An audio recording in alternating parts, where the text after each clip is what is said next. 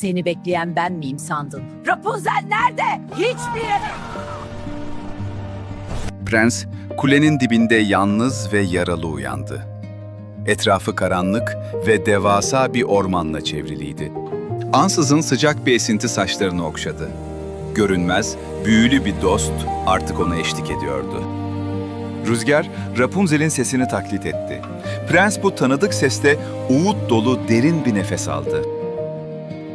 Ayağa kalkmaya çalışırken sopası kırıldı. Prens, karanlık ormanda çaresizce yere çöktü kaldı. Sadık dostu Rüzgar, sağlam bir dalı ona uzattı. Prens, pes etmeden yeniden ayağa kalkmayı başardı. Görünmez rehberi her adımda ona yol gösterdi. Prens, keskin kayalara hiç çarpmadan ilerledi.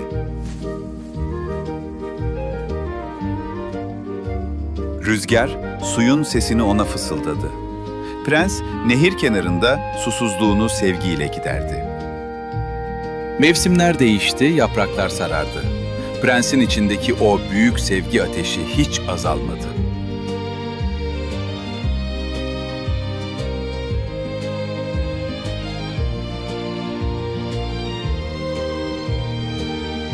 Gece olduğunda rüzgar onu sıcak tuttu. Dondurucu kış soğukları ona asla dokunamadı.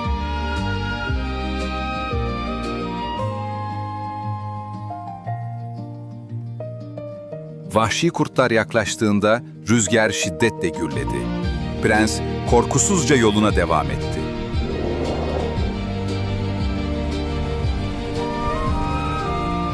"Hala orada mı?" diye sordu prens. Rüzgar ona kuledeki taze lavanta kokusunu hemen getirdi. Kar yağarken rüzgar ona kalkan oldu. Prensin her adımı soğuk kar üstünde yeni bir umuttu. Loş bir mağarada Rapunzel'in kolyesini okşadı. Rüzgar duvarda tozdan silüetler yarattı.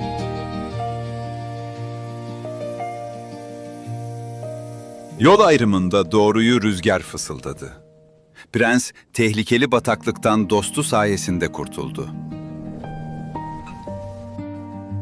Orman bitti, uçsuz bucaksız çöl başladı. Sıcak kumlar yorgun prensin tenini yakıyordu.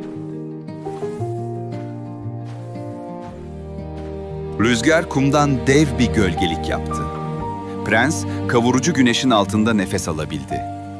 Susuzluktan bitkin düştüğü her anında rüzgar ona dünyanın en uzak köşelerinden serinlik taşıdı. Gece gökyüzü yıldızlarla doluyken rüzgar prense kadim ve çok eski bir ninni mırıldandı. Aniden kumun titrediğini duydu prens. Kötü kalpli haydutlar atlarıyla ona doğru yaklaşıyordu. Haydut kolyeyi söküp aldı boynundan. Prens tüm hayallerinin çalınışına hıçkırarak ağladı. Rüzgar öfkeyle dev bir hortuma Peşimi dönüştü. bırakmayacak! Haydutun peşinden kızıl Çok çöle yaklaşıyor! büyük korku saldı. Kolye kuma düştüğünde fırtına dindi. Rüzgar kutsal emaneti nazikçe havaya doğru kaldırdı.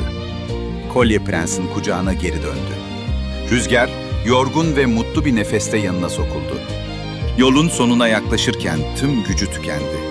Ama sadık rüzgar onu hep ileriye doğru itti. Rüzgar aniden durdu ve parladı. Uzaktan Rapunzel'in kederli ve ağlayan sesi duyuldu. Prens engelleri aşarak sese koştu. Rüzgar onun önündeki çalıları sevgiyle temizliyordu.